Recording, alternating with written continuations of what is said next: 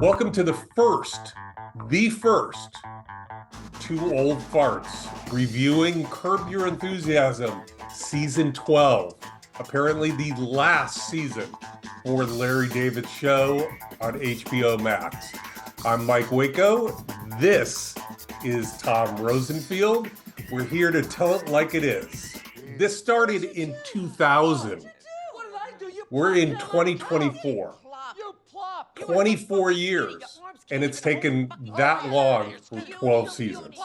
Have you noticed that when you take a picture, you don't look nearly as good as you do when you look in the mirror? Because the mirror is how you see yourself, and the photo is how you're seen. Do you like the show? Do you like what Larry David does? Do you like any of it, or do you find it kind of like grating, like almost like a chalkboard? All of the above, all of the above. I think like many people, I'm a big fan of Seinfeld. I loved what he and Seinfeld did. I loved his observational humor. Hello. And even in this episode, there's a lot of great observational humor for sure. Yeah, does Larry's crotchety old man get grating after a while? Sure, of course it does. But I think people love that too, so. I'm going to be honest, I'm disappointed. I was expecting more from a childhood hero. I really did the best under the circumstances of a person who hates people and yet had to be amongst them. Watching the episode 1, my wife passes in the back.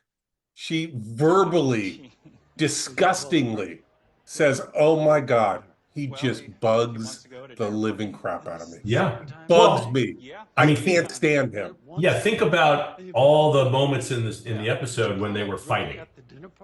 Right? I mean, they're arguing, they're yelling at each other, he's yelling at the party guests. Yeah, who wants to watch that? But I will tell you, I have friends that think it's just adorable, hysterical, funny, grating. They love his, New York. Adorable, I don't know if I would throw that word in. Adorable. You hate people. I hate people individually, but I love mankind. I kind of like the moments when he's just not quite so garish and, fingernails on a chalkboard, angry. This is not a job for human beings, to be here when other people are going to the bathroom. Nobody wants you here. Everybody's disappointed when they walk in here. They don't want to see you. I'm sorry to say. With all due respect, people come in here with bad breath. I got mouthwash. He's been doing it for years, and he's been doing this. I mean, his brand of humor has a longevity and has a following completely. Why? People hate him. Because he tells it like it is. Larry, everybody saves dates. I don't save dates. The whole system's screwed up. You don't need to send me something to tell me you're going to send me something. Just send it. If I'm saying something to you, I don't say to you, I'm going to say something to you and then say it. I just say it. I think that's why you and I relate to him, because I think you and I are unusual. We will state things like that. I get in hot water too when I say things, maybe people don't want to hear. You get in hot water when you say stuff people don't want to hear. Yeah. So we relate to him that way because we do those. Not everybody does. How's your dad? Not great. Why don't you pray for him, huh? I'll feel like an idiot. Are you kidding me? How do you know prayers don't work? Because I'm bald. For some reason, and I have not escalated to his level, but for some reason I relate to this guy. I relate to his humor. I relate to his viewpoint on the world itself. I ask those same kind of questions. And I think many people ask those same kind of questions of, is it okay to cut in line? Is it okay to say this even though it's politically incorrect? I mean, we all have those same thoughts, and he's able to kind of just do it, say it, and take it to another level. Well, you're describing what I love about the show. So think about the moments where he did that, right? When the waiter's mom died and he said, "Oh, I got to give the guy a condolence tip now," right? That's a funny thing that maybe you've thought in the past about, something bad happened and you felt like you had to do it for, or I'll tell you what I loved. I love the moment when he's yelling at Siri and Siri's giving the wrong stuff. Yeah, those are funny moments, and I love that he brings those up. Those are the good moments. Those are the observational humor, for sure. Time. I got that. No, it's okay. It's fantastic. It was a wonderful Seriously, lunch. I got that. Come on. You can't just grab the check if someone has the check, Larry. That is absurdly rude. I asked you to lunch. This is my pleasure. No, it's What are you not. doing? It's my pleasure, my pleasure. Larry. Let's do a Larry David comment here for a second. Two old farts. Where did that come from? Two old farts is a representation of just laying it out on the line. Just let it go.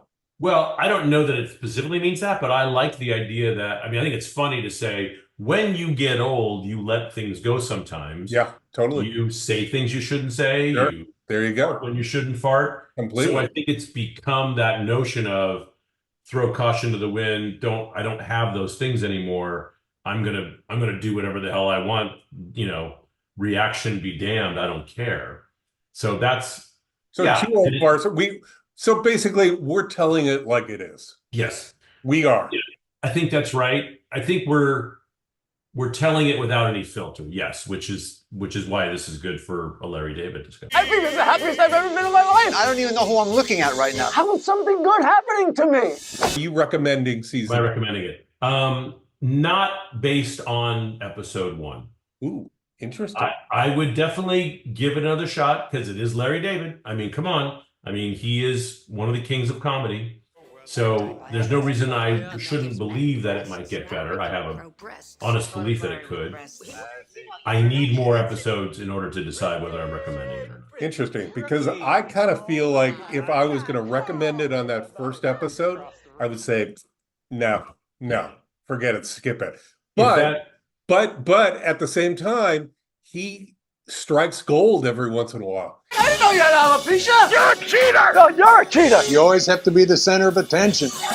In conclusion, Larry David, Curb Your Enthusiasm, season 12. I would almost, I would do a little like, I think this is Hawaiian, whatever, hang loose, whatever. I would kind of just, I would say that too. This is Two Old Farts. We hope we educated you.